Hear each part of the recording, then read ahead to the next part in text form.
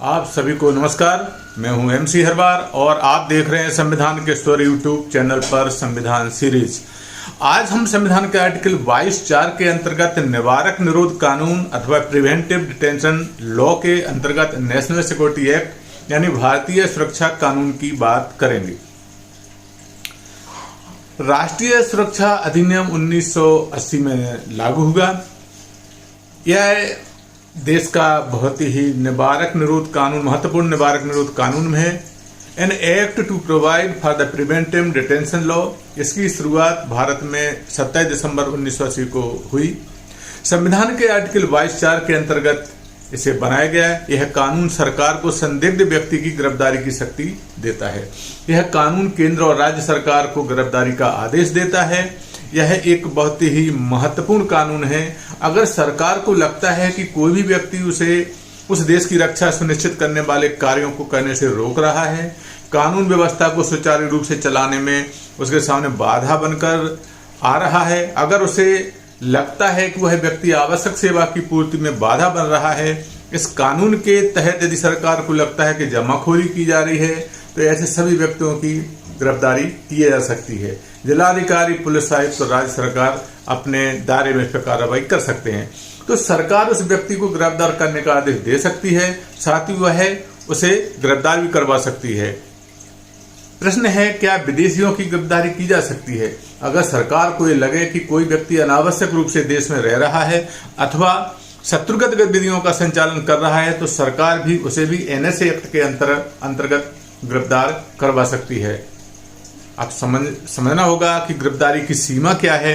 इस कानून के तहत किसी भी व्यक्ति को पहले 3 महीने के लिए गिरफ्तार किया जा सकता है, फिर आवश्यकता अनुसार 3 महीने के लिए गिरफ्तारी की अवधि बढ़ाई जा सकती है। एक बार में 3 महीने से अधिक की अवधि नहीं बढ़ाई जा सकती है। अगर किसी अधिकारी ने एक गिरफ्तारी की है तो उसे राज्य सरकार को बताना होता है कि उसने किस आधार पर एक गिरफ्तारी की है। जब तक राज्य सरकार इस गिरफ्तारी का अनुमोदन नहीं कर दे, तब तक यह गिरफ्तारी 12 दिन से ज्यादा समय तक नहीं हो सकती। आखिरी अधिकारी 5 से 10 दिन में जवाब दाखिल करता है तो इस अवधि को 12 की जगह 15 दिन भी किया जा सकता है। अगर रिपोर्ट को राज्य सरकार की स्वीकृति कर देती है तो इस 7 दिनों के भीतर केंद्र सरकार को भेजना होता है। इससे इस बात का जिक्र करना आवश्यक है कि किस आधार पर आदेश जारी किया गया और राज्य सरकार का इस पर क्या विचार है, यह आदेश क्यों जरूरी था। क्या गिरफ्तारी के आदेश का क्रियान्वयन किया जा सकता है या क्रियान्वयन किस तरह हो सकता है? दंड प्रक्रिया संहिता 1973 के तहत जिस व्यक्ति के खिलाफ आदेश जारी किया जाता है उसकी गिरफ्तारी भारत में कहीं भी हो सकती है। गिरफ्तारी के आदेश का नियमन किसी भी व्यक्ति पर किया जा सकता है, उसे एक जगह से दूसरी जगह पर भेजा जा सकता है। हाँ, संबंधित राज्य सरकार के संज्ञान के बगैर व्यक्ति को उस राज्य में नहीं भेजा जा सकता। गिरफ्तारी की वैधता के आधार क्या है, इसको भी हम आज समझने की कोशिश करते हैं। किसी अधिकारी को उपरोक्त आधार पर गिरफ्तारी का आदेश पालन करने से नहीं रोका जा सकता। गिरफ्तारी के आदेश को इसलिए अवैध करार नहीं दिया जा सकता क्योंकि व्यक्ति उस क्षेत्र से बाहर हो जहां से उसके खिलाफ आदेश जारी किया गया है। इसमें एक महत्वपूर्ण पक्ष है, क्या फरार होने की स्थिति में सरकार के पास कई शक्तियां हैं? हाँ, अगर वह व्यक्ति फरार हो तो सरकार या अधिकारी नंबर 1 वह व्यक्ति के निवास क्षेत्र के मेट्रोपॉलिटन मजिस्ट्रेट या प्रथम श्रेणी के जुडिशियल मजिस्ट्रेट को लिखित रूप से रिपोर्ट दे सकता है। नंबर 2 अधिसूचना जारी कर व्यक्ति को तय समय सीमा के भीतर बताई गई जगह पर उपस्थित रहने के लिए वह कह सकता है। नंबर 3 अगर वह व्यक्ति उपरोक्त अधिसूचना का पालन नहीं करता है तो उसकी सजा 1 साल और जुर्माना या दोनों बढ़ाई जा सकती है। इसमें सलाहकार समिति के गठन के क्या प्रावधान है, इसमें इस एक्ट में अभी हमें स्पष्ट करना आवश्यक होगा। नंबर 1 इस अधिनियम के उद्देश्य केंद्र सरकार और राज्य सरकारें आवश्यकता के अनुसार एक या एक से अधिक सलाहकार समितियां बना सकती हैं। नंबर 2 इस समिति में 3 सदस्य होंगे जिसमें प्रत्येक एक उच्च न्यायालय के सदस्य रहे हों या होने के योग्य हों या समिति के सदस्य सरकार नियुक्ति भी कर सकती है। नंबर 3 संघ शासित प्रदेश में सलाहकार समिति के सदस्य किसी राज्य के न्यायाधीश या उसकी क्षमता वाले व्यक्ति को ही नियुक्त किया जा सकता है। नियुक्ति से पहले इस विषय में संबंधित राज्य से अनुमति लेना आवश्यक होगा। आखिर सलाहकार समिति का महत्व क्या है? NSA कानून के तहत गिरफ्तार किसी भी व्यक्ति को 3 सप्ताह के अंदर सलाहकार समिति के सामने उपस्थित करना आवश्यक होता है।